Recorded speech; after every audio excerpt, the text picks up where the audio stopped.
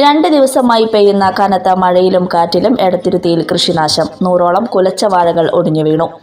ചന്ദ്രാപ്പിനി കണ്ണമ്പുള്ളിപ്പുറം സ്വദേശി പള്ളിപ്പറമ്പിൽ സിദ്ദിഖ് എടത്തിരുത്തി മുനയം പ്രദേശത്ത് നടത്തിയിരുന്ന വാഴകൃഷിയും പച്ചക്കറി കൃഷിയുമാണ് നശിച്ചത്.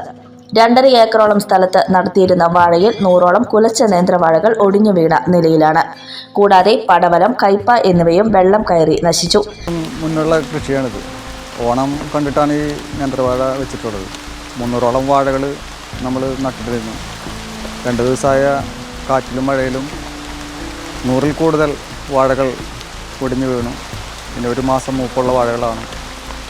അതുപോലെ തന്നെ പാവൽ, കയ്പ, പടവലം അതൊക്കെ ഇപ്പോൾ വെള്ളം കയറി നിൽക്കുകയാണ്. ഓണത്തിന് വിളവെടുക്കാൻ ലക്ഷ്യമിട്ട് 300ഓളം നേന്ത്രവാഴകളാണ് കൃഷി ഇറക്കിയത്. ഇതിൽ വിളവെടുക്കാറായ 100ഓളം വാഴകളാണ് നശിച്ചത്. വൻ സാമ്പത്തിക നഷ്ടം സംഭവിച്ചതായി സിദ്ദിഖ് പറഞ്ഞു. കൃഷി ഉദ്യോഗസ്ഥർ സ്ഥലം സന്ദർശിച്ചു.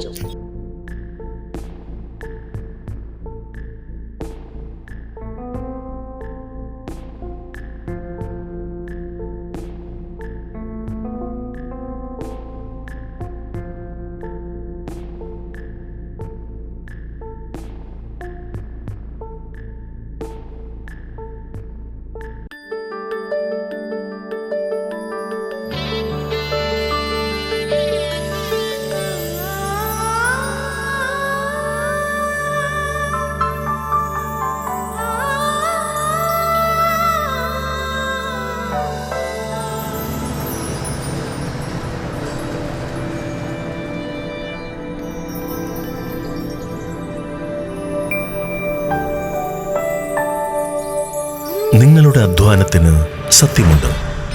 ഞങ്ങളുടെ സ്വർണത്തിനും. Ishara golden diamonds, Kodungallur road, Triprayar.